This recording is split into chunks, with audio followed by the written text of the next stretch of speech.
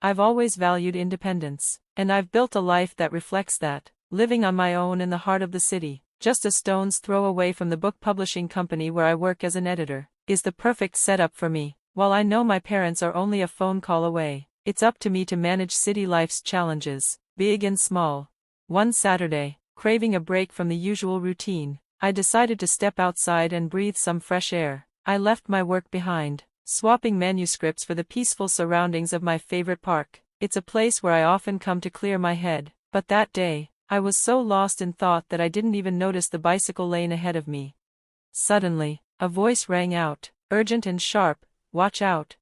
I quickly stepped back just in time as a cyclist came to a screeching halt, narrowly avoiding me. The man looked at me, breathless, clearly startled but also a little annoyed. "Jesus, lady, you trying to get yourself killed?" he exclaimed. I was taken aback and apologized quickly. "I'm so sorry, I wasn't paying attention. Are you okay?" He waved it off. "I'm fine, no thanks to you, you've got to watch where you're going." I nodded sheepishly, thanking him for his quick reflexes. He relaxed a little and then said, "All right, no harm done, I guess, but maybe try to stay out of the bike lane next time, huh?" I smiled, relieved that he wasn't angry, and offered, "Deal." Before introducing myself, "I'm Elizabeth, by the way." "Gregory," he replied, extending his hand. I shook it and he grinned. "So, Elizabeth, always this distracted, or was it just my lucky day?" "Only on Saturdays," I joked, feeling more at ease. We both laughed, and before long, we were grabbing coffee at a nearby cafe. Gregory worked in car sales, a job that seemed as straightforward and blunt as he was. We found ourselves chatting about everything, from books, which he admitted he didn't read much, to cars, a subject I knew little about. The conversation flowed easily, and time slipped away without us even realizing it. "I didn't think I'd be spending my afternoon with the woman who almost wrecked my bike," Gregory remarked as we stood to leave. "And I didn't think I'd be thanking the guy who nearly ran me over on our first meeting," I replied with a laugh. "Well, I guess we're both full of surprises," Gregory said, grinning. "Can I see you again, maybe on a day when you're not in the path of moving vehicles?" I smiled. "I think I can arrange that." From that day on, Gregory and I saw more of each other. What began with casual coffee dates and walks around the city, where his directness was surprisingly refreshing, soon turned into long conversations late into the night and dinners at our favorite spots. The more time we spent together, the more I was drawn to his genuine, no-nonsense personality. As we grew closer, it was inevitable that the topic of meeting his family came up. Gregory had mentioned that his parents lived in the suburbs in a big house with a yard. He had also shared that his mother held very traditional values, and I was curious about what that would mean for us. I wasn't fully prepared for the reality of meeting Gregory's family. When we arrived at their home, it was clear that his parents had been looking forward to our visit. His mother, a warm and lively woman, greeted us with a big hug as soon as we stepped inside. Then, she turned her gaze toward me, a look that lingered a little too long. It was hard to tell if she was welcoming me or assessing me. "Elizabeth, dear, it's so wonderful to finally meet you. Gregory has told us so much about you," she exclaimed, pulling me into an embrace that, while warm, felt more like an inspection. "Thank you, Mrs. Carroll, it's great to meet you too," I responded, doing my best to match her enthusiasm. We all sat in the living room, and Mrs. Carroll dove straight into the conversation. "So, Elizabeth, Gregory tells us you work at a publishing house. That must be quite exciting, handling books all day," she said, her tone polite but with an underlying curiosity. "It is, Mrs. Carroll. I love my job. It's so rewarding to be part of the creative process," I explained, glancing over at Gregory for support, hoping he'd steer the conversation in a direction where I could feel more comfortable. "That's nice, dear," she replied, nodding thoughtfully, "but once you two settle down, you'll need to think about what's really important. Family should come first, and a woman's touch in the home is irreplaceable." Gregory's father, who had been listening quietly, chimed in, nodding his approval. "Absolutely, a stable home is the foundation of a good life, right, son?" he asked, looking at Gregory. Gregory shifted in his seat and, after a brief pause, responded, "Yeah, Mom, Elizabeth's great at managing her time, though. She's pretty organized and sharp." Mrs. Carroll smiled, but her gaze didn't soften. "Of course, but managing a home is different. You know, it's a full-time commitment. At this point, I felt a bit cornered. It wasn't the warm welcome I had expected. I cleared my throat and said, I believe it's possible to balance both. Mrs. Carroll, I think a modern family can have two working parents. It's all about teamwork, right? She smiled again, but her eyes didn't reflect the same warmth. Oh, dear, that's a nice thought, but in reality, children need their mother, and a house needs a woman's touch, not just a quick sweep. I felt the weight of her words, and even though the conversation moved on, her comments stuck with me. They echoed in my mind for the rest of the visit, leaving me to wonder how much this traditional view would shape my relationship with Gregory and his family moving forward. I was at a crossroads, caught between the life I had built for myself and the life Gregory wanted for us. One evening, he dropped the bombshell that would change everything. You need to choose between your job and our home, he said, his voice stern. I hesitated, trying to wrap my mind around what he was asking. If you can't handle both, then maybe you should just be a housewife, he interrupted, his words cold and final. Honestly, if things don't change, I don't see how this can work out, he added, his tone serious and unwavering. The weight of his words hit me like a physical blow. A cold shiver ran down my spine as I realized the gravity of the decision I was being forced to make. Either I gave up my career, the thing I'd worked so hard for, or I risked losing the man I loved. It felt like a trap, the walls closing in around me. The tension in our home was unbearable, each day more strained than the last. Gregory and I were at odds over my career and what I thought was a balanced lifestyle. Deeply in love with him, I couldn't bear the thought of us falling apart over something like this. So, in a moment of desperation, I decided to make a drastic move to save our relationship. I walked into my boss's office the next day and explained that I was resigning. I told him I wanted to become a full-time housewife to focus on my marriage. He was shocked and disappointed, but then he surprised me with an offer.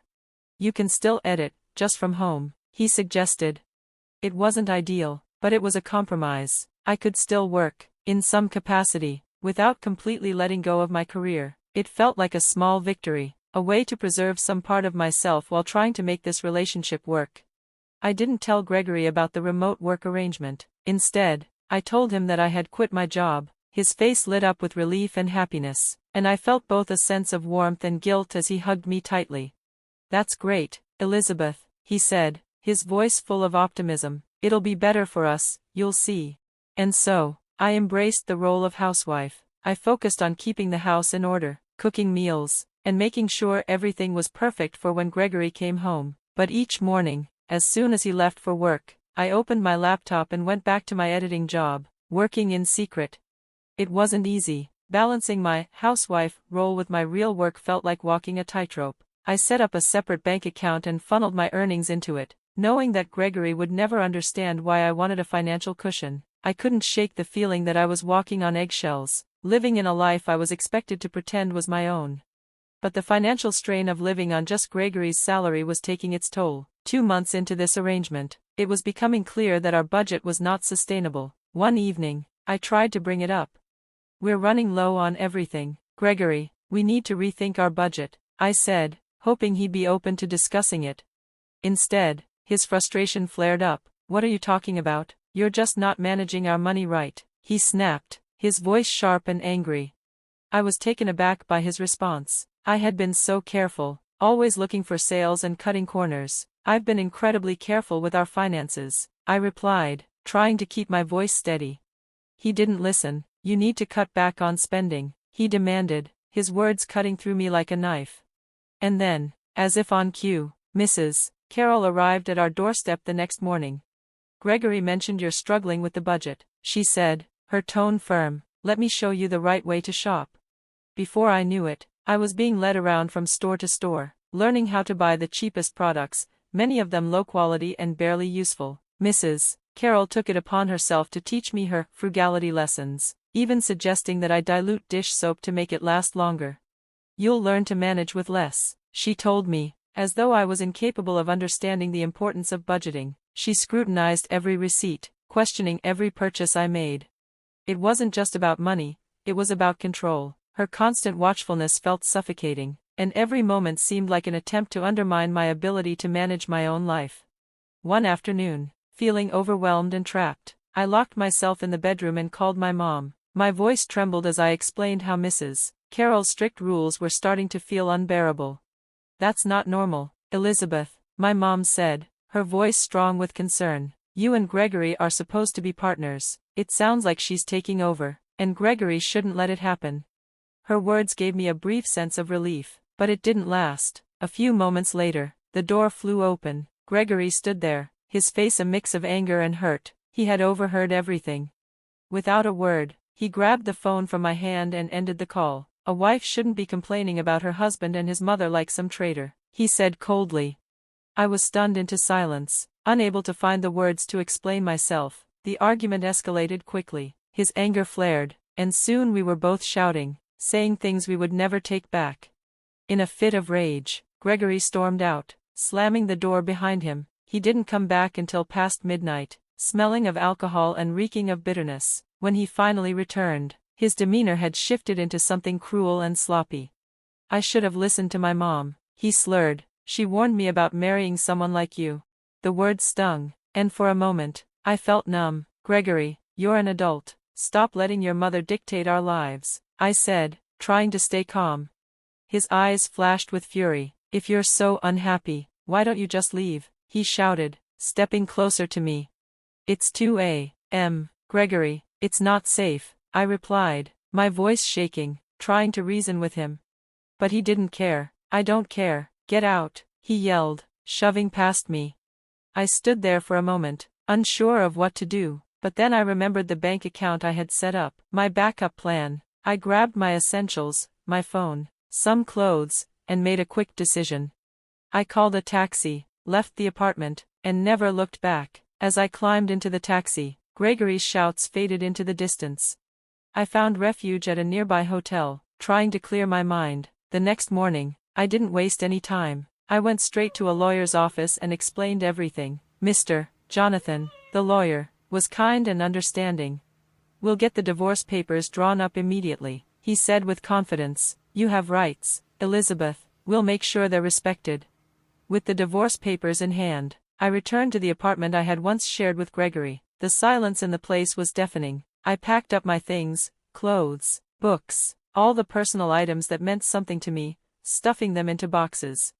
As I zipped up the last suitcase, Gregory stirred, groggy and oblivious. He mumbled, "Elizabeth, hey, can you grab me a beer?"